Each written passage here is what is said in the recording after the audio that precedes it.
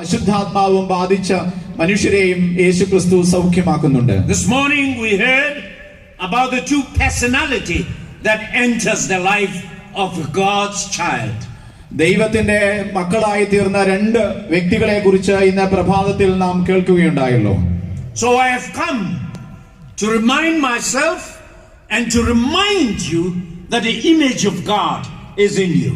നമ്മൾ എല്ലാവരും തന്നെ ദൈവസാദൃശ്യം നിക്ഷേപിച്ചിട്ടുണ്ട് എന്ന വലിയ സത്യം, പരമമായ സത്യം പ്രഘോഷിക്കുവാനാണ് ഞാൻ ഇന്ന് നിങ്ങളുടെ മധ്യേ നിൽക്കുന്നത്. We worship a great God, Almighty, who loves us dearly no matter when we live away from Him. ദൈവത്തിൽ നിന്ന് നാം എത്ര അകന്നു പോയാലും നമ്മളെ അദമ്യമായി ആഴമായി സ്നേഹിക്കുന്നവനായ ഒരു വലിയവനായ ദൈവം നമുക്കുണ്ട്. And this God comes to us when we enter the difficult times in our lives. നമ്മുടെ ജീവിതത്തിന്റെ സംഘർഷഭരിതമായ അനുഭവങ്ങളിലൂടെ കടന്നു പോകുമ്പോൾ ഈ ദൈവം നമ്മുടെ മധ്യത്തിലേക്ക്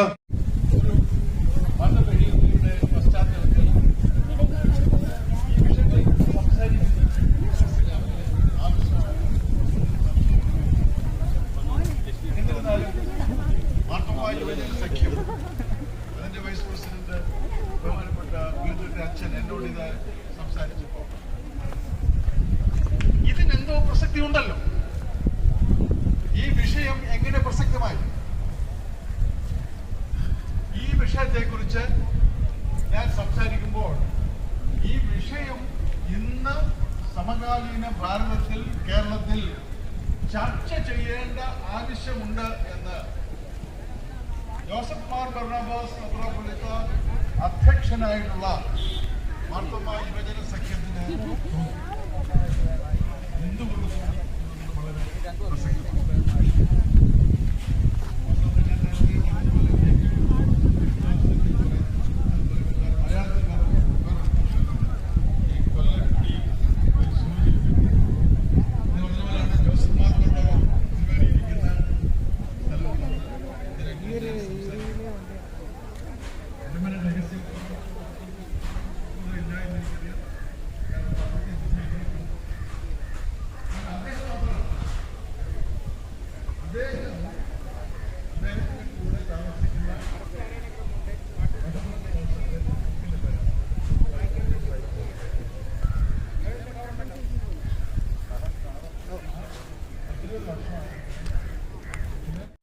അവിടെ എങ്ങനെ ജീവിക്കാം എന്നതിനെ കുറിച്ച് എൻ്റെ ചില ചിന്തകൾ വിനയത്തോടു കൂടി പങ്കുവയ്ക്കുവാൻ ഞാൻ ആഗ്രഹിക്കുന്നു. ക്രൈസ്തവ വിശ്വാസം തന്നെ ഒരു മതബഹുലത നിലവിലിരുന്ന ഒരു സമൂഹത്തിൽ പിറന്നു വീണു. ഏതെങ്കിലും ഒരു പ്രത്യേക മതത്തിനു വേണ്ടിയോ, ഏതെങ്കിലും ഒരു പ്രത്യേക വംശത്തിനു വേണ്ടിയോ, ഏതെങ്കിലും ഒരു പ്രത്യേക വർഗത്തിനോ ജാതിക്ക് വേണ്ടിയോ അല്ല ക്രിസ്തു ലോകത്തിലേക്ക്. ആട്ടിടയന്മാർ ക്രിസ്മസ് ദിനത്തിൽ അവരെ കണ്ട മാലാഖ അവരോട് പറയുന്നത്, ദൂതൻ പറയുന്നത് എന്താണ്? സകല ജനത്തിന്റെയും സന്തോഷത്തിനായി, സകല ജാതികളുടെയും സന്തോഷത്തിനായി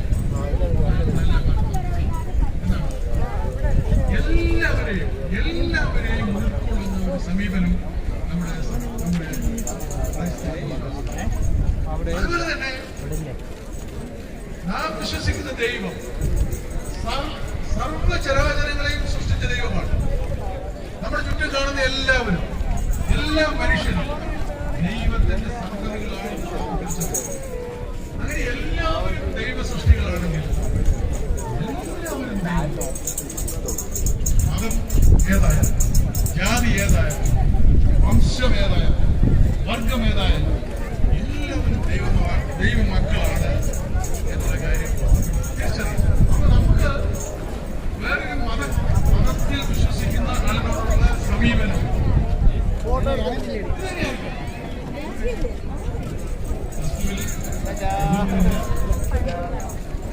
ക്രിസ്തുവിൽ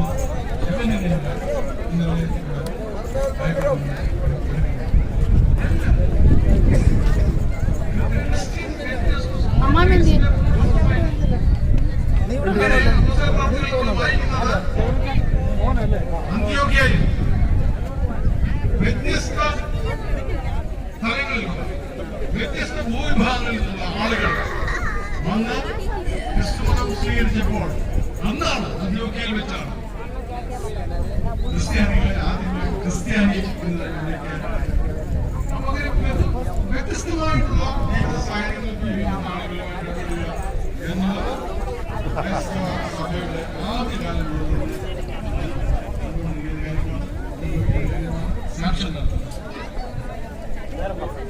രണ്ടാമതായി എനിക്ക് ഇവിടെ ചൂണ്ടിക്കാണിക്കാൻ നാം ഇന്ത്യയെ പോലെ ഉള്ള ഒരു മതബഹുല സമൂഹത്തിൽ ജീവിക്കുമ്പോൾ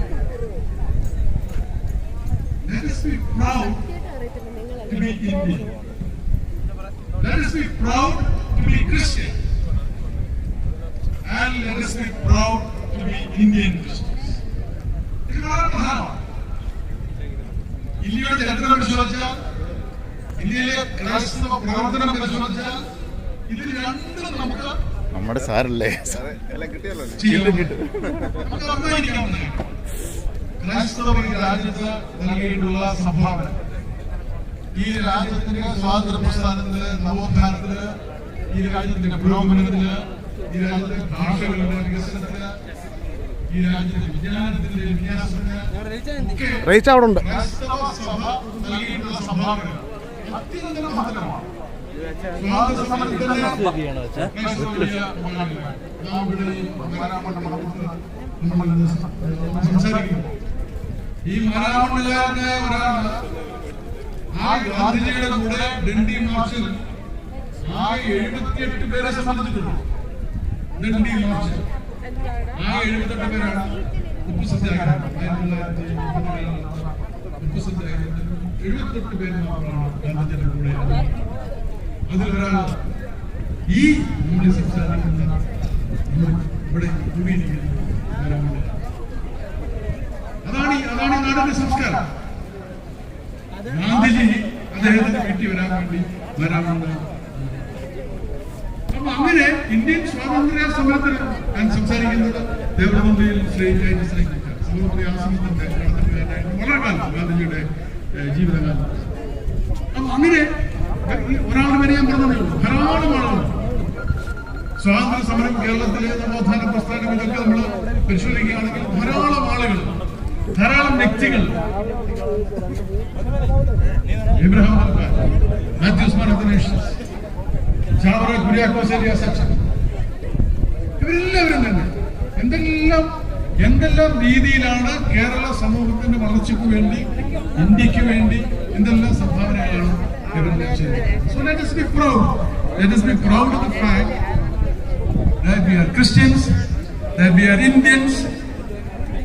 ഈ ഭാരതത്തിൽ ജീവിക്കുന്ന നമ്മളെല്ലാവരും തന്നെ let us proudly say, ഞങ്ങളെല്ലാവരും തന്നെ പൈതൃകത്തിന്റെ അവകാശികളാണ്, അതിന്റെ ശില്പികളാണ്. ഞാൻ വിളിക്കാം, എനിക്ക് വിളിക്കാൻ വേണ്ടി നമ്പർ എടുത്ത് വിളിച്ചിട്ട് അതിന്റെ കാവലാണ്. നാം ഒരു വൈദേശിക ചിന്ത കൊണ്ടോ ഒരു വൈദേശിക മതത്തിന്റെ അനുയായികളായിട്ടല്ല ഈ ഭാരതത്തിൽ ജീവിക്കുന്നത്. 2000 വർഷങ്ങളായിട്ട് ഈ മണ്ണിൽ നാം ജീവിക്കുന്നു. നാം ഈ സംസ്കാരത്തിന്റെ ഭാഗമായിട്ട് ജീവിക്കുന്നു. ഇവിടെ യാതൊരു സംഘർഷവും നമ്മൾ ഉണ്ടാക്കിയിട്ടില്ല. 12,000 വർഷമായിട്ട് ലോകത്തിന്റെ പല ഭാഗങ്ങളിലും ക്രൈസ്തവർക്ക് പേഴ്സിക്യൂഷൻ ഉണ്ടായിട്ടുണ്ട്. പലതരത്തിലുള്ള സംഘർഷങ്ങൾ ലോകത്തിന്റെ വിവിധ മേഖലകളിൽ ഉണ്ടായിട്ടുണ്ട്. പക്ഷെ 2000 വർഷങ്ങളായിട്ട് ഈ ക്രൈസ്തവർ ജീവിക്കുന്ന ഈ മണ്ണിൽ ക്രൈസ്തവർക്കെതിരായിട്ട് മതപീഡനത്തിൻ്റെതായോ പേഴ്സിക്യൂഷൻ്റെതായിട്ടുള്ള യാതൊരു സംഭവം പോലും ഉണ്ടായിട്ടില്ല എന്നുള്ളത്. ഇതായിരിക്കണം നമ്മുടെ രണ്ടാമത്തെ ഒരു മതബഹുല സമൂഹത്തിൽ നമ്മൾ ജീവിക്കുമ്പോൾ നമ്മുടെ ചിന്തയെ നയിക്കേണ്ട രണ്ടാമത്തെ സംഗതി ഇതായിരിക്കണം ഞാൻ വിശ്വസിക്കുന്നു. മൂന്നാമത്തേത്, we must believe in democracy. നല്ലത് ജനാധിപത്യമാണ്.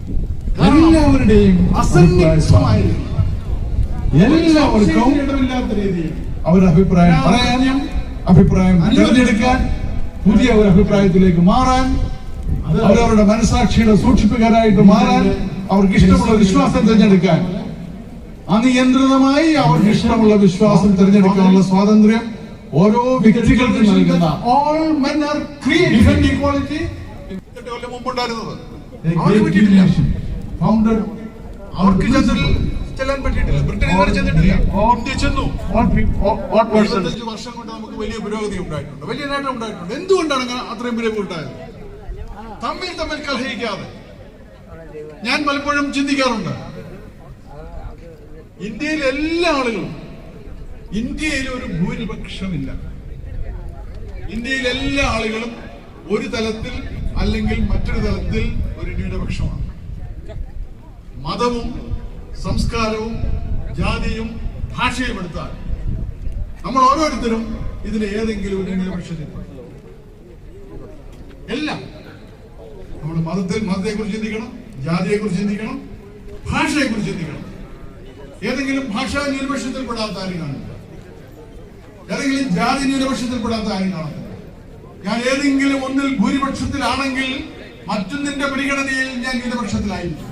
അപ്പൊ എല്ലാവരുടെയും ജീവിതത്തിൽ ഇവിടെ ഇരിക്കുന്ന എല്ലാവർക്കും സ്വയം ചിന്തിക്കാം, മറ്റുള്ളവരെ കുറിച്ച് ചിന്തിക്കാം. ഏത് രീതിയിലാണെങ്കിലും ഭൂരിപക്ഷം എല്ലാ കാര്യങ്ങളും തീരുമാനിച്ച് ന്യൂനപക്ഷത്തിന്റെ മേൽ അത് അടിച്ചേൽപ്പിക്കുന്ന ഒരു രീതി, ആ രീതി ഉണ്ടെങ്കിൽ ഇന്ത്യയിൽ സംഘർഷം ഉണ്ടാകും. അങ്ങനെ സംഘർഷം ഉണ്ടാകും.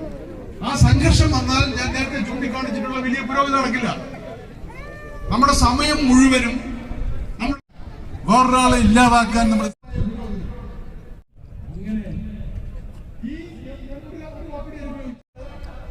ഒരു ഭരണഘടനയിൽ സ്വീകരിച്ചത് ഒരു ഡിക്ലറേഷനാണ്. അല്ലെങ്കിൽ that they are endowed by their creator with inalienable rights, മാറ്റപ്പെടാൻ സാധിക്കാത്ത അവകാശങ്ങളുമായി സൃഷ്ടാവ് എല്ലാ മനുഷ്യരെയും സൃഷ്ടിച്ചിരിക്കുന്നു. പക്ഷേ ഈ പറഞ്ഞ ആളുകൾ ആരും തന്നെ കറുത്ത വർഗ്ഗക്കാർ 87 വർഷം ലിങ്കണ് വേണ്ടി കാത്തിരിക്കേണ്ടി വന്നു. What a Christian act. അങ്ങനെ ലോകത്തിലെ ആ സാമ്രാജ്യവും ആ രാജ്യവും നിലനിർത്തണമെന്നുണ്ടെങ്കിൽ ഈ കറുത്ത വർഗ്ഗക്കാർ സ്വതന്ത്രരായി രാഷ്ട്രം വേണ്ടി വന്നു എന്നുള്ള കാര്യം എല്ലാ കാര്യത്തിലും. ഒരു കാര്യം കൂടി നമ്മൾ ആലോചിക്കണം. No theocratic state. No theocratic state. ഇതെല്ലാം നടക്കണമെന്നുണ്ടെങ്കിൽ ഞങ്ങൾ ഒരു ജാതിക്കാരെ കയറില്ല, ഞങ്ങൾ ഒരു മതക്കാരെ കയറില്ല, ഒന്നും നടക്കില്ല. അതുകൊണ്ട് തന്നെയാണ് നമ്മൾ ആലോചിച്ചു കഴിഞ്ഞ 4 ദിവസത്തിലുള്ള നമ്മുടെ പ്രധാനമന്ത്രി മോഡിജി അമേരിക്കയിൽ അവിടെ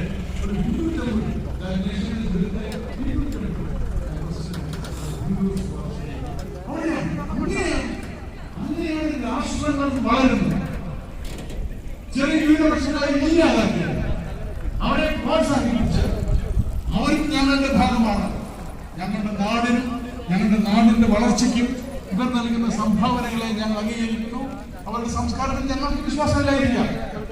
ബ്രിട്ടീഷ് സാമ്രാജ്യം തന്നെ അത് പറഞ്ഞില്ല. ബ്രിട്ടീഷ് സാമ്രാജ്യം 1858 ഒന്നാം സ്വാതന്ത്ര്യ സമരത്തിന് ശേഷം ഈസ്റ്റ് ഇന്ത്യ കമ്പനിയെ മാറ്റിയതിനു ശേഷം ക്വീൻ വിക്ടോറിയ ഈ രാജ്യത്തിന്റെ ഭരണഭാരം ഏറ്റെടുത്തതിനു ശേഷം സർവശക്തിയുമുള്ള ബ്രിട്ടീഷ്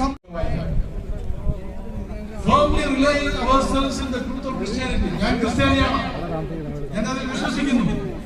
എങ്കിലും we disclaim the right and desire to impose our convictions on our subjects.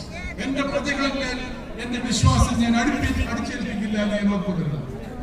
We declare that none be in any wise favored, none molested, none disquieted by reason of the religious faith. ഇതാണ് Queen Victoria.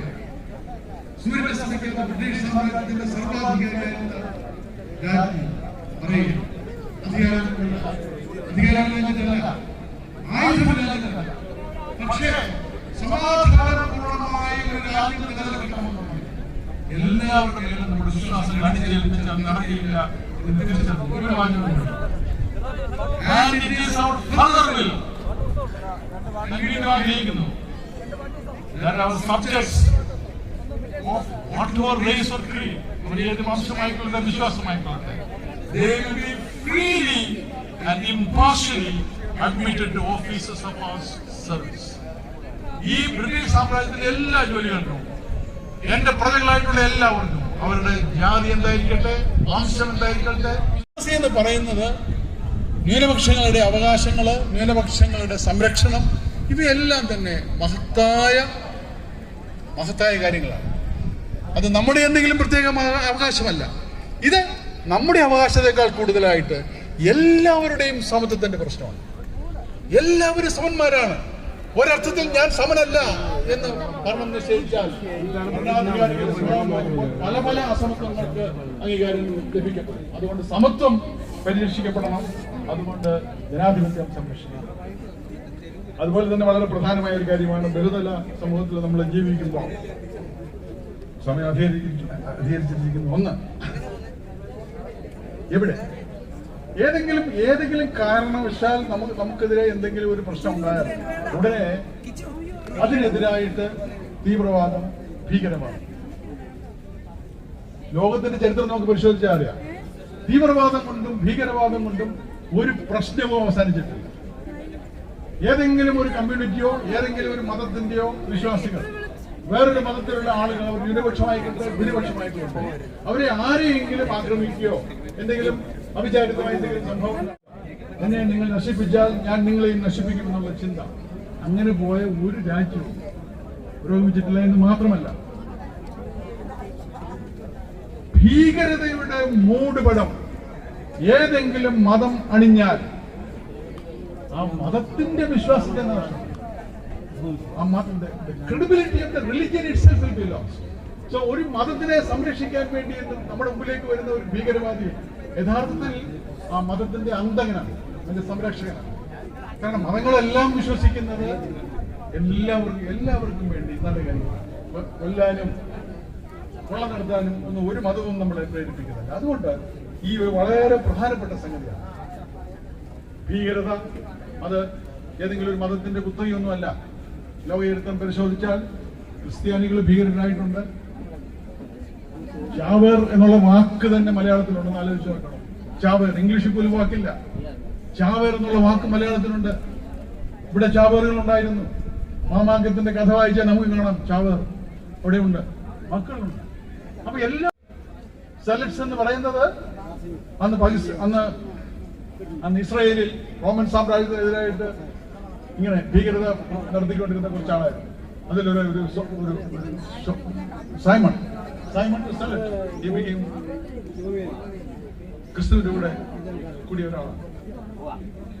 ഒരു ദൃഷ്ടാന്തമില്ല എന്ന് നമ്മൾ വായിക്കുന്നുണ്ട്. അപ്പൊ നമ്മുടെ സമൂഹത്തിനെ സ്നേഹം കൊണ്ട് നിറച്ച് അവർ നമ്മുടെ കൂടെ ഉള്ളവരാണോ, നമ്മളിൽ നിന്ന് മാറി നിൽക്കുന്നവരാണോ, അവർ നമ്മളെ വിശ്വസിക്കാത്തവരാണോ, അവർ നമ്മളെ തെറി പറയുന്നവരാണോ എന്ന് നോക്കാതെ സ്നേഹം കൊണ്ട് നമ്മുടെ സമൂഹത്തെ നിറയ്ക്കുവാൻ നമുക്ക് സാധിക്കണം. അത് നമ്മളെ സംബന്ധിച്ചിടത്തോളം വളരെ പ്രധാനപ്പെട്ട ഒരു സംഗതിയാണ്. അതുപോലെ തന്നെ നമ്മുടെ ദൗത്യം, we have a duty to evangelize. അത് വളരെ വളരെ പ്രധാനപ്പെട്ട ഒരു ദൗത്യമാണ് നമ്മളെ ഏൽപ്പിച്ചിരിക്കുന്നത്. നമ്മുടെ ക്രൈസ്തവ സാക്ഷ്യം വഹിക്കുമ്പോൾ ക്രിസ്തു സ്നേഹത്തിന്റെ പ്രതീകങ്ങളായി സമൂഹത്തിൽ നമ്മൾ ജീവിക്കണം. We should be able to, ആയുധം കൊണ്ടല്ല, അധികാരം കൊണ്ടല്ല, സ്നേഹം കൊണ്ടും ശുശ്രൂഷ കൊണ്ടും മനസ്സുകളെ കീഴ്പ്പെടുത്താനും നമ്മളുടെ നല്ല പ്രവർത്തികൾ കണ്ട് ഉന്നതമാകും നമുക്ക് സാധിക്കും. അങ്ങനെ തന്നെയാണ് ഭാരതത്തില് തിരുമേനിയുടെ കുറെ ഉണ്ടായി, സൂചിപ്പിക്കുണ്ടായി. ഇവിടെ നമ്മൾ 2%, 3% അറിഞ്ഞുകൂടാ. വളരെ ചെറിയൊരു നിരപക്ഷമാണ്. പലരും പറയുന്നത് ആയുധം കൊണ്ടും അധികാരം കൊണ്ടുമാണ് പ്രേക്ഷിത പ്രവർത്തനം നടത്തുന്നത്. അല്ല, ഇവിടുത്തെ പ്രേക്ഷിത പ്രവർത്തനം സ്നേഹത്തിലും കരുണയിലും മാത്രം അധിഷ്ഠിതമായിരുന്നു. 200 കൊല്ലക്കാലം ഇവിടെ ഭരിച്ചിട്ട് ഇവിടെ 2% താഴെ 3%, പണം കൊണ്ടോ സ്ഥാനം കൊണ്ടോ ഒന്നും ഇവിടെ ഒരു പ്രേക്ഷിത പ്രവർത്തനം നടത്തുന്നില്ല എന്നുള്ളതിന്റെ പ്രകടമായ ദൃഷ്ടാന്തമാണ് ഈ ശതമാനം തന്നെ. ആലോചിച്ച് നോക്കുക, ഉത്തർപ്രദേശ്, ബീഹാർ, ബംഗാൾ, ഈ 3 പ്രദേശങ്ങൾ 1757 മുതൽ അതിനുശേഷം 190 വർഷം തുടർച്ചയായിട്ട് ബ്രിട്ടീഷ് ഭരണത്തിലുള്ള കാലമായിരുന്നു. അവിടെ എല്ലാം കൂടി ഇന്ന് 50 കോടി ആളുകൾ ജീവിച്ചിരിപ്പുണ്ട്. 5000 ലക്ഷം അവിടെയുള്ള ക്രിസ്ത്യൻ പോപ്പുലേഷൻ കേട്ടതാണ്. വെറും 12 ലക്ഷമാണ് ഈ 3 സംസ്ഥാനങ്ങളിൽ കൂടെയുള്ള മൊത്തം ക്രിസ്ത്യൻ പോപ്പുലേഷൻ. അപ്പൊ ഈ അധികാരം ഉപയോഗിച്ച്, ഭീഷണി ഉപയോഗിച്ച്, ജോലി വാഗ്ദാനം ചെയ്ത് എവിടെയെങ്കിലും ഇവിടെ നേരത്തെ സൂചിപ്പിക്കുണ്ടായി ഭാരതത്തിൽ ഒരു 30 കോടി ആളുകളെങ്കിലും ക്രൈസ്തവ വിദ്യാഭ്യാസ സ്ഥാപനങ്ങളിൽ പഠിച്ചിട്ടുണ്ട്. ഭാരതത്തിൽ ഒരു 50 കോടി ആളുകളെങ്കിലും ക്രിസ്തീയ ആതുരാലയങ്ങളിൽ കൂടി ശുശ്രൂഷ അനുഭവിച്ചിട്ടുണ്ട്.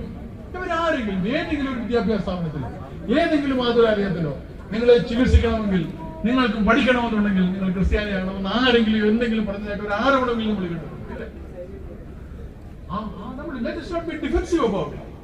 നമ്മൾ അതിനെക്കുറിച്ച് ഡിഫെൻസീവായിട്ട് നമ്മൾ ചിന്തിച്ചിട്ട് കാര്യമില്ല. മതപരിവർത്തനമല്ല നമ്മുടെ സാക്ഷ്യത്തിന്റെ ലക്ഷ്യം. ആരെങ്കിലും നമ്മുടെ പ്രവൃത്തി കണ്ടിട്ട് നാം വിശ്വസിക്കുന്ന ദൈവത്തിൽ അവർ വിശ്വസിക്കുന്നെങ്കിൽ ആകട്ടെ. പക്ഷെ നമ്മുടെ ലക്ഷ്യം മതപരിവർത്തനമല്ല. ഞാൻ അതിനെക്കുറിച്ച് ഡോക്ടർ അലക്സാണ്ടർ മാർത്തോമയുടെ ആത്മകഥയിൽ പറഞ്ഞിട്ടുള്ള ഒരു വാചകം കൂടി ഞാൻ വായിച്ച്, മാർത്തോമ സഭയുടെ പ്രഥമ ബിഷപ്പാണ് അദ്ദേഹം. നേപ്പാളിൽ അങ്ങനെയുള്ള പ്രവർത്തനങ്ങളെ ഏകോപിപ്പിക്കുവാനാണ് യുണൈറ്റഡ് മിഷൻ ഇൻ നേപ്പാൾ ആരംഭിച്ചത്. മതപരിവർത്തനം ഇതിന്റെ ലക്ഷ്യമായിരുന്നില്ല. പ്രവർത്തിക്കുകയും തങ്ങളുടെ ജീവിത സാക്ഷ്യത്തിലൂടെ യേശുക്രിസ്തുവിന്റെ സ്നേഹം വെളിവാക്കുകയും ചെയ്യുക എന്നുള്ളതായിരുന്നു യുണൈറ്റഡ് മിഷന്റെ ഉദ്ദേശം. യുണൈറ്റഡ് മിഷൻ പ്രവർത്തനത്തോട് സഹകരിച്ച് മുന്നോട്ട് പോകാൻ നമ്മുടെ ആളുകൾക്ക് അവസരം ലഭിച്ചത് ഇതാണ് ക്രൈസ്തവ സാക്ഷ്യം എന്ന് പറയുന്നത്. ക്രൈസ്തവ സ്നേഹം പകർന്നുകൊടുക്കുകയാണ്, ആ കരുണ. അങ്ങനെയാണെങ്കിൽ നമ്മുടെ സമൂഹം നമ്മൾ അംഗീകരിക്കും. തീർച്ചയായും ഞാൻ അവസാനിപ്പിക്കുകയാണ്. ഒരു ക്രൈസ്തവനായി കേരളത്തിൽ ജനിച്ചു വളർന്ന, ക്രൈസ്തവനായി ജീവിച്ച് ഈ സമൂഹത്തിൽ വളരെ മറ്റുള്ളവർ പ്രധാനപ്പെട്ടതെന്ന് കരുതുന്നത് ക്രൈസ്തവനാണ് എന്നുള്ള നവംബർ 1-ാം തീയതിയാണ്. അന്ന് രാവിലെ ഒരു ധാരാളം മതങ്ങളുള്ള മതബഹുലതയുള്ള ഒരു കേരളം, ഒരു ഭാരതം. അവിടെ ഒരു സംസ്ഥാനം അതിന്റെ ഡയമണ്ട് ജൂബിലി ആഘോഷിക്കുകയാണ്. ആ സ്റ്റേജിൽ ഒന്നാമനായി മുഖ്യാതിഥിയായി ഈ കേരളത്തിന്റെ പ്രതീകമായിട്ട്, കേരളത്തിന്റെ സ്വാതന്ത്ര്യത്തിന്റെ പ്രതീകമായിട്ട്, കേരളത്തിന്റെ സ്വത്വത്തിന്റെ പ്രതീകമായിട്ട്, കേരള മനസാക്ഷിയുടെ പ്രതീകമായിട്ട് അവിടെ ഇരുന്നത് മാർത്തോമ വലിയ മെത്രാപ്പൊലീത്ത ആയിരുന്നു എന്നുള്ളത് ഞാൻ വളരെ അഭിമാനത്തോടു കൂടിയാണ് ഞാൻ നേരിട്ട് കണ്ടില്ല. ടിവിയിലൂടെയാണ്. നിരവധി രീതിയിലുള്ള രാഷ്ട്രീയ പ്രവർത്തനമാണ്. ഇതെല്ലാം ഉണ്ടെങ്കിലും നാം നമ്മുടെ മനസ്സുകൊണ്ട് വിചാരിച്ചാൽ, നാം നമ്മുടെ സാമൂഹ്യ ബാധ്യതകൾ എന്താണെന്ന് മനസ്സിലാക്കി പ്രവർത്തിച്ചാൽ, മനുഷ്യനിലെ മനുഷ്യത്വം തിരിച്ചറിഞ്ഞ് മനുഷ്യനാവാൻ നമ്മൾ ശ്രമിച്ചുകൊണ്ടിരുന്നാൽ തീർച്ചയായിട്ടും നമുക്ക് ഒരു മതബഹുലമായ എല്ലാവരും നമ്മളെ ആദരവോടുകൂടി തിരുമേനി കേരളത്തിന്റെ മനസാക്ഷിയാണ്. കേരളത്തിലെ എല്ലാവർക്കും പ്രിയപ്പെട്ടതാണ്. എങ്ങനെയാണ് ഈ മാരാമണ്ണിന്റെ മഹാത്മ്യം വെച്ചുകൊണ്ട് എന്നെ ഇവിടെ ക്ഷണിച്ചതിന് അഭിമന്യ ജോസഫ് മോഹൻ ബർണാബാസ് സഫ്രഗൻ മെത്രാപ്പൊലീത്തയോടും മാർത്തോമ യുവജന സംഘത്തോടുമുള്ള നന്ദി രേഖപ്പെടുത്തിക്കൊണ്ട് ഇതിനെ ശ്രമിച്ചതിന് നിങ്ങളോട് എല്ലാവരോടുമുള്ള വിനീതമായിട്ടുള്ള വലിയ കടപ്പാട് പ്രകാശിപ്പിച്ചുകൊണ്ടും ഞാൻ ദിവസം ഇരിക്കുന്നു. നിങ്ങൾക്ക് എല്ലാവർക്കും എല്ലാം നന്ദിയുള്ളതാണ്.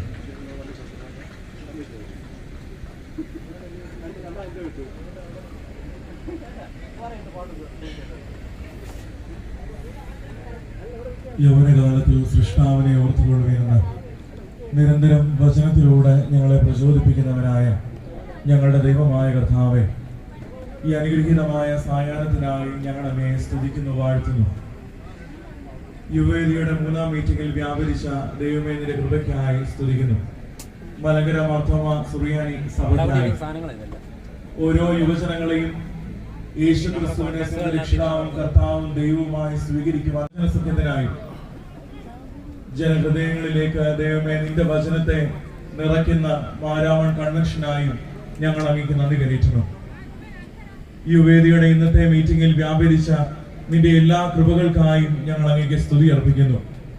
ദൈവമായ കർത്താവേ, ജേക്കബ് ന്യൂസാറിലൂടെ നീ കേൾപ്പിച്ച ഹൃദ്യമായ വാക്കുകൾക്കായി, പ്രൗഢഗംഭീരമായ പ്രഭാഷണത്തിനായി സ്തുതിക്കുന്നു.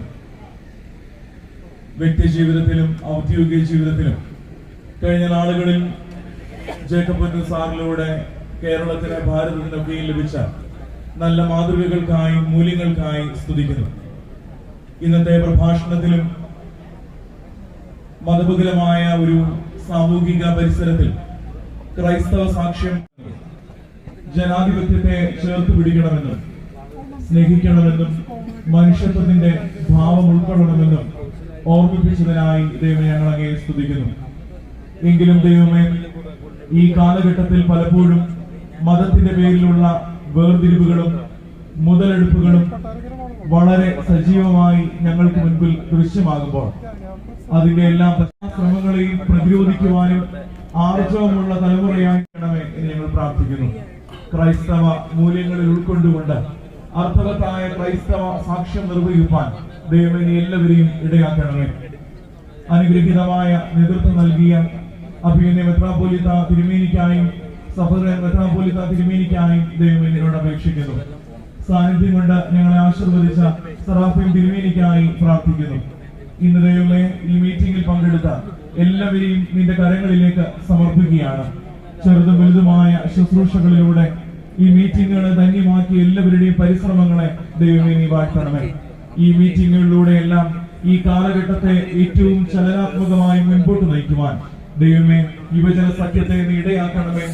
അർത്ഥവത്തായ ക്രൈസ്തവ സാക്ഷ്യം ഈ കാലഘട്ടത്തിൽ ഉയർത്തിപ്പിടിക്കുവാൻ ദൈവമേ ഞങ്ങളുടെ യുവജനങ്ങളെ നീ ശക്തരാക്കണമേ, പ്രാപ്തരാക്കണമേ. എല്ലാം ഞങ്ങൾക്ക് വേണ്ടി ജനിച്ച് മരിച്ച് ഉയർത്തെഴുന്നേറ്റ് ഇന്നും ഞങ്ങൾക്ക് വേണ്ടി മധ്യസ്ഥത അണയുകയും വീണ്ടും വരുവാനിരിക്കുകയും ചെയ്യുന്നവനായ യേശു രക്ഷകന്റെ ധന്യമായ നാമത്തിൽ തന്നെ ആമേൻ.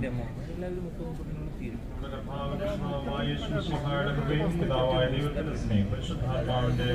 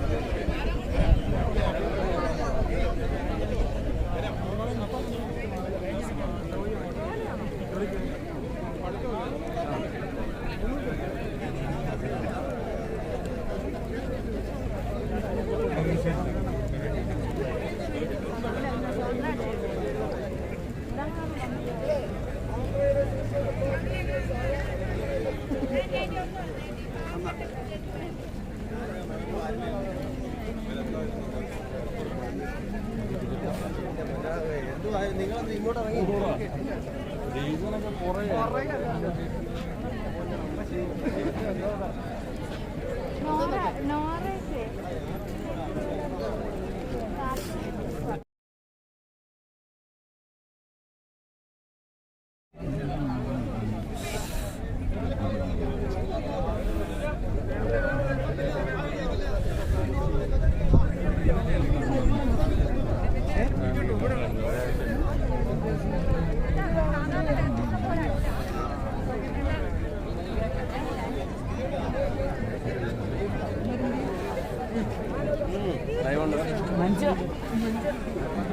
അതാ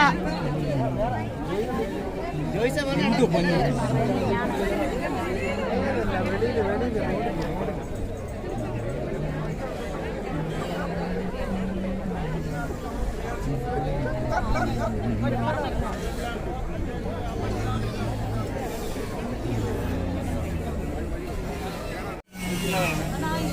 Thank